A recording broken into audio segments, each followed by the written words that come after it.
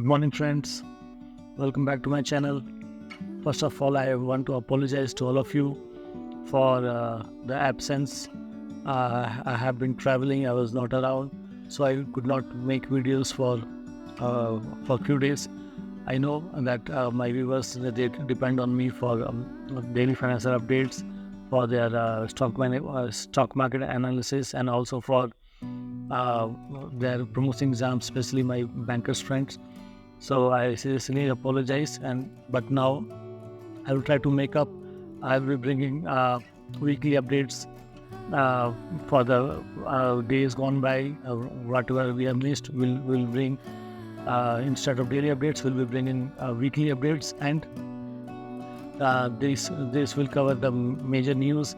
I will explain them, and this will. I hope this will cover everything, and our viewers will not miss. So today I'll be bringing the weekly update from 14th to 21st. So let's start. We should not waste any time. The first news is about cryptocurrencies. The G20 finance ministers and central bank governors, they have adopted the crypto roadmap. What is this crypto roadmap? A crypto roadmap on G20 roadmap on crypto assets is a comprehensive strategy for addressing the challenges posed by the cryptocurrencies. It focuses on regulations rather than an outright ban to prevent crypto assets from destabilizing the world economy. We know that cryptocurrencies has been in debate, and we all know that this technology is very beneficial also, and it is inevitable. But now the concern is how to regulate them, because they cannot be controlled by any central authority till now.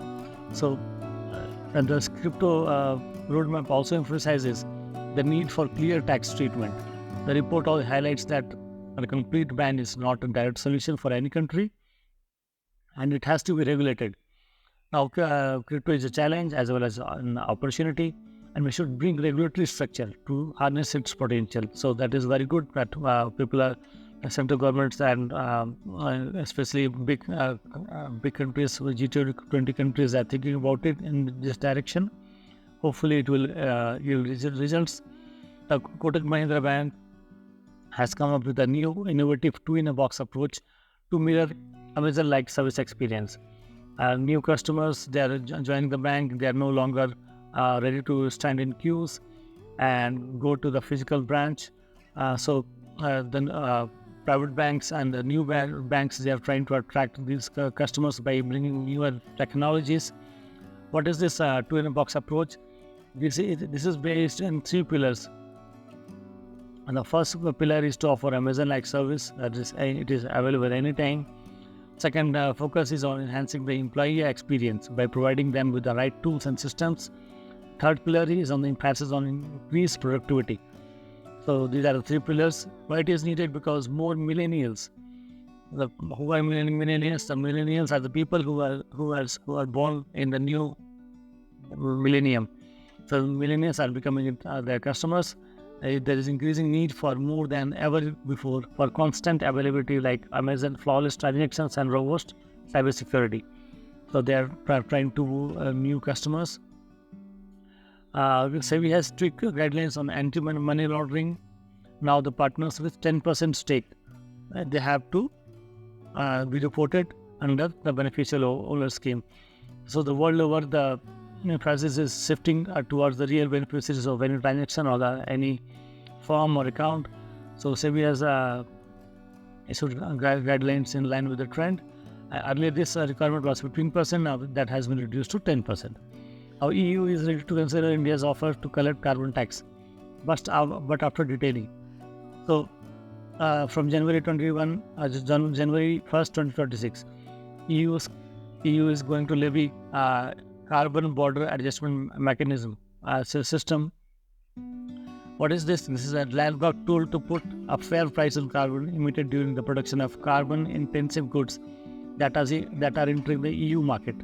And this is to also encourage cleaner industrial production in non-EU countries.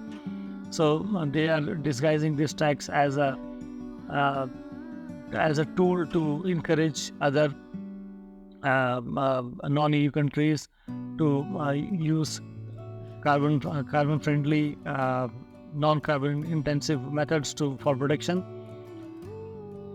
Let's see how it happens. Another report says the investment bankers have seen a highest fee income of US dollars 968 million in half year of January to September. So, who is an investment banker? An investment banker is an individual who often works as a part of financial institution and is primarily concerned with raising capital for corporations, governments, and other entities. So they are morely concerned with the capital raising. So if the capital raising, if the fee income is higher, it implies that the capital raising is on higher side, and that is good for the economy. The fees have seen an increase of 41% in fee income, reaching 967.5 million during the first 6 months of 2023. Now, Reliance Capital is battling, and it is put on table for sale.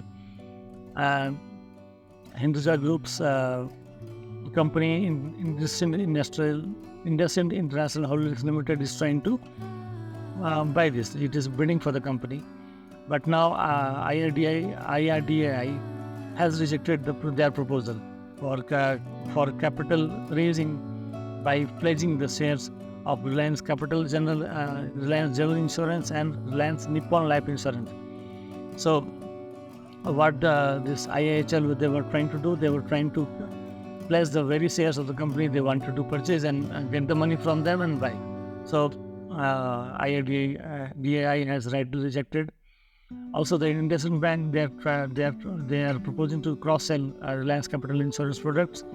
So then that will give additional market, and it will improve the company's sales and profitability. Central Board of Direct Taxes, that is CBDT, has simplified angel taxation norms for DPIIT recognized startups. What is DPIIT? The DPIIT is Department for Promotion and of Industry and Internal Trades.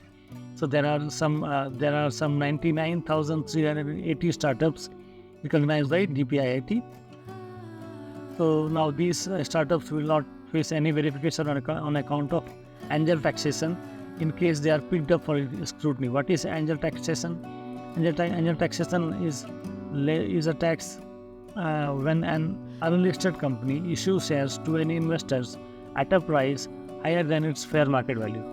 So if they are getting higher gains more than the fair market value, then whatever extra gain they are having, they are levied a tax of 30.6%. So now these recognized startups, they will not face any scrutiny for this angel taxation. It does not mean that they don't have to pay tax. They have to pay tax, but when the scrutiny will be done, this thing will not be looked into. Now, coming back to the quarterly results of banks, this quarter, second quarter of this financial year has been phenomenal for all the banks. They have posted very good results. We'll see briefly one by one. So, HDFC has posted a 51% increase in PAT in the first quarter post HDFC merger. So, this was the first results after their merger with the merger of both the HDFC entities. There has been concerns about asset quality deterioration and other figures, but we should not see them as final figures, because the figures are not totally comparable because both entities were following different accounting practices. So we should wait for the quarters to come and let the thing stabilizes, and we are hopeful that this merger is going to be beneficial for everyone. And now Bank of Maharashtra results, they have also showed a profit. The profit is up by 72% to rupees 920 crores on higher interest income. So the interest income has increased. The non-performing assets has also come down to just 2.19%. Very good news for the Bank of Maharashtra investors. Federal Bank has also posted very good quarter two results. The profit is at rupees 1,000 crores, which is up by 35% year on year. Remarkable results by Bandhan Bank. The profit has more than tripled to rupees 721 crores. So very good results shown by Bandhan Bank. Central Bank of India has also shown good results. The net profit has soared to by 90% to rupees 605 crores on asset quality improvement. So that is nearly double more than the trailing 12-month period. And there has been asset quality has improved by 105 basis points. Gross NPAs, and it now stands at 4.62%. Earlier it was 9.67%. So you can see very good performance on the NPA front also. Now, next news for the Bank of Baroda. Bank of Baroda has been in bad news for quite some time because of their BOB World app scandal on October 10th. You know that RBI had put a hold on all onboarding in their new BOB World app. You must have heard about the issue also. So now Bank of Baroda is taking actions on employees. They are suspending them. They have launched an investigation also. But these are all cover-ups. The main issue was that executive forced the employees to do it, to show numbers, and now they are taking action on the very employees. The real culprits will get away. This is my feeling. If RBI really want to punish the actual culprits, they should launch an external investigation, independent investigation, and then the real culprits, including the top executives, they should be punished. Moving on to Jio Financial Services results, they have also shown very good results. Their profit has surged by 101% to rupees 668 crores. So very good result by them. Moving on to regulatory things now. We must have known Mr. Arindam Bagchi. He was the spokesperson for the Ministry of External Affairs since March 2020. Now on October 16, he has been appointed as permanent representative to UN and other international organizations in Geneva. He is a 1995 batch Indian foreign officer, and he is very articulative and very well spoken. Now moving on to another news. Government launches tradable green credit to incentivize eco-friendly actions. What is green credit? Green credit refers to a unit of an incentive provided for a specified activity, delivering a positive impact on the environment. So now, if you are doing something which is giving a positive impact on the environment, then you can convert them into green credits and you can trade them. So it will incentivize and encourage people to take eco-friendly actions. This program is a follow-up actions of the lifestyle for environment campaign. Well, now RBI is planning to roll over rupees 5 billion for a forex swap. So you know that the forex reserves are at all-time high. This is a good news also, but the management of these forex reserves is also a challenge. So in order to prioritize liquidity management over blustering forex reserve, RBI has planned to roll over this $5 billion forex swap. What is a forex swap? A forex currency swap is an agreement between two foreign parties to swap interest payments on a loan made in one currency for interest payment on a loan made in another currency. So that is a kind of risk mitigation tools. So RBI has opted for this rollover. Government has cut in the windfall tax on petroleum crude, and it will be effective from October 18th. So the windfall tax on petroleum crude will be reduced to 9,050 INR per ton from 12,200 INR per ton. What is windfall tax? Windfall tax is a levy imposed by a government on companies that have identified that has benefited from something they have not responsible for. Like if the crude oil price increases, there is nothing the ONGC has or other oil exploring companies have done, but their profit will increase. So government levies this windfall tax to cut their profits and increase their revenues. ICICI Bank and Kotak Mahindra Bank has been fined by RBI due to regulatory lapses in regulatory compliances. ICICI Bank, they sanctioned loans to companies where its directors were also common directors. They were marketing and engaging in the sale of non-financial products and failing to report funds to RBI within the prescribed timeline. So that was action. That were the reasons for RBI to take against action on ICICI Bank.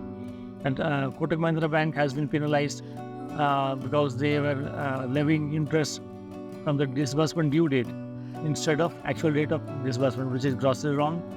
And they were also levying foreclosure charges, despite there being no clause in the loan agreement for the foreclosure, levying prepayment penalty.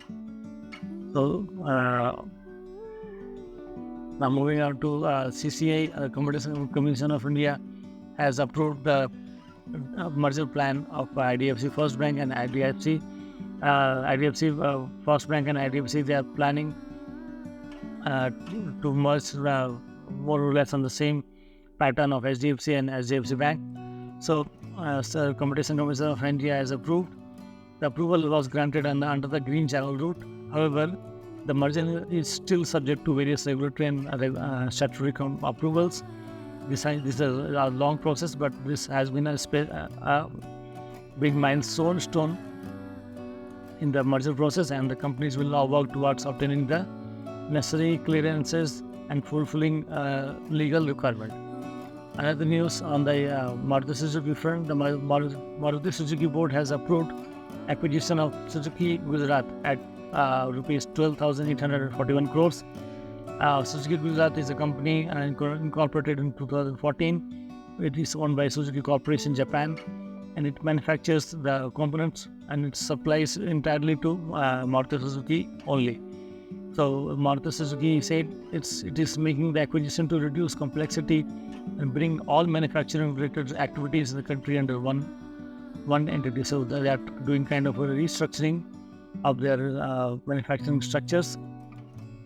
Under the new PMLA, that is Prevention of Money Laundering rules, now all the international transactions above rupees 50,000 will come under further scrutiny, and all the beneficiaries or the initiators of the transaction, they have to keep proper records, and they have to present this before the authorities in case they are asked for.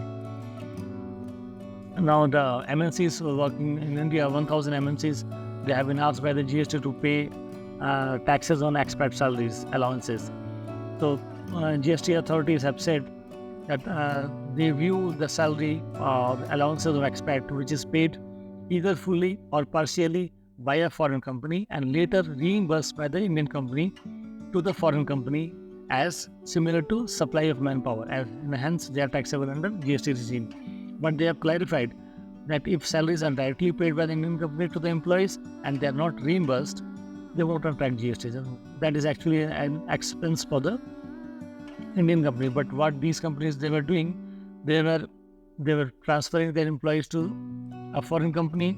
The foreign company were paying them the salary, and that salary paid by the foreign company was reimbursed by the Indian company to the foreign company. So now that has come under scrutiny, and the GST is saying that it is amounts to supply of manpower. So now they have to pay taxes as per the bracket. Now good news for the Indian economy. Indian economy will reach 7 trillion by 2030. This forecast has been made by JP Morgan's James Sullivan. He is a managing director, Asia Pacific Equity Research, and he's also said that India may become the third largest economy by the year 2027. Right now, the economies as per the nominal GDPs, first is US at $25.5 trillion. Second is China, $18 trillion. Japan is at $4.2 trillion, Germany at $4.1 trillion, and India stands at $3.4 trillion. So we will be the third largest economy as they are predicting. Now coming to on MSPs on the agriculture front, government has raised MSP for 6 rabi crops for marketing season 2024-2025. The crops, wheat has shown the maximum increase of 7% with MSP assured at 2,275 per quintal. Masoor is the second highest beneficiary. Now the MSP will be in 6,425 rupees per quintal. Other crops which has seen MSP hike includes barley, gram, mustard, and safflower. And good news for central government employees: the government has increased DA and DA, that is dearness allowance and dearness relief, for central government employees by 4%. That is good news, and that it is not standards 46%. DGGI, what is DGGI? DGGI is Director General of GST Intelligence. So it investigates and finds out the frauds in GST. It works under Central Board of Indirect Taxes, CBIC, and works under Finance Ministry. It is responsible for intelligence and investigation in GST related matters. So they have detected a frauds amount totaling to rupees 1.3 lakh crore in FY24. So tax evaders, be very, very vigilant, and you should deter from submitting fake invoices and claiming paying GST refunds. Now, Cabinet has approved productivity-linked bonus of 1968.87 crores for railway employees. It is kind of a bonus for them. So the bonuses will be for 78 days wages for financial year 2022-2023. So good news to railway employees. Cabinet has also approved a Green Energy Corridor GEC Phase 2.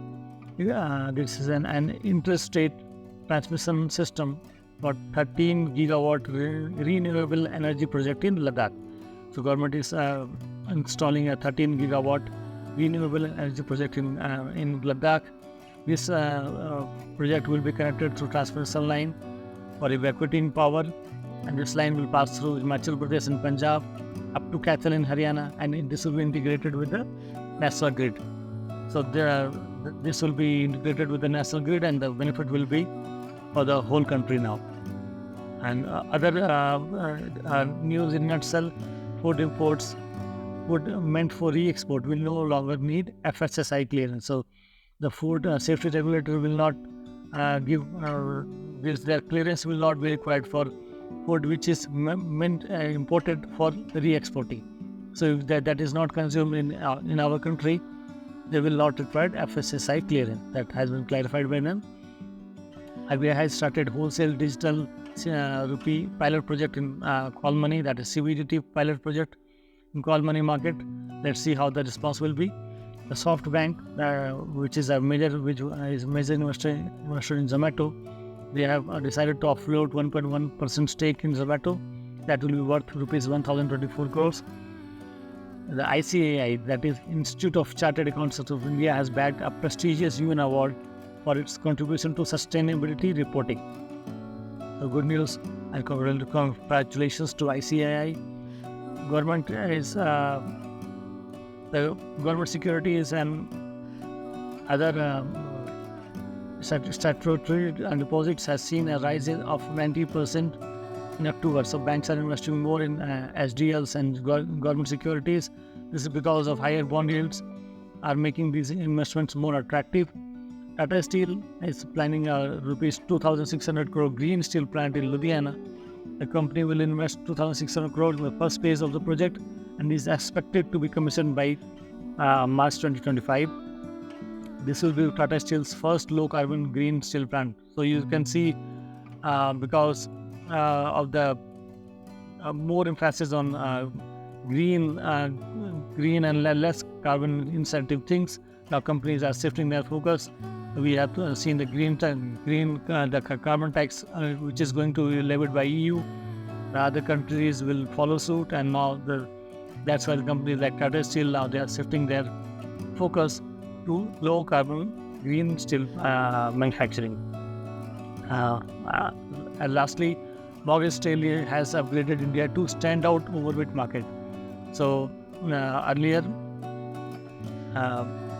now they have upgraded our ratings, and they have upgraded India to standout overweight, citing that the relative economic and earning growth is improving and the macro stability setup looks sufficient to stand the higher real rate environment. So the good news for Indian economy.